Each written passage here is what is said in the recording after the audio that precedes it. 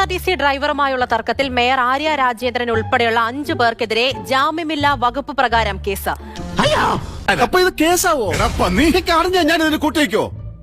എന്റെ സഹോദരൻ, എന്റെ സഹോദരന്റെ ഭാര്യ, മറ്റൊരു സഹോദരൻ, എന്റെ ഭർത്താവ്. ഇതിൽ ടെൻഷൻ അടിക്കേണ്ട ഒരു കാര്യമില്ല ചാടിച്ച, എല്ലാരും അകത്താവും ഉറപ്പാ.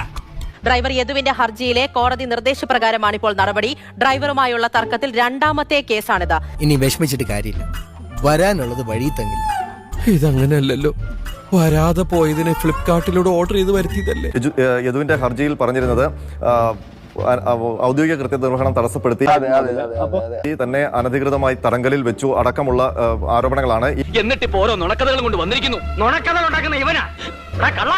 ഇപ്പോൾ KSRTC ഡ്രൈവറുമായുള്ള തർക്കത്തിൽ മേയർ ആര്യ രാജേന്ദ്രൻ ഉൾപ്പെടെ 5 പേർക്കെതിരെ ജാമ്യമില്ലാ വകുപ്പ് പ്രകാരം കേസെടുക്കാനുള്ള നിർദ്ദേശം വന്നിരിക്കുകയാണ്. എപ്പോ ഞങ്ങൾ അറിഞ്ഞില്ല, ഞങ്ങൾ അറിയാതെ ഞങ്ങളെ അറസ്റ്റ്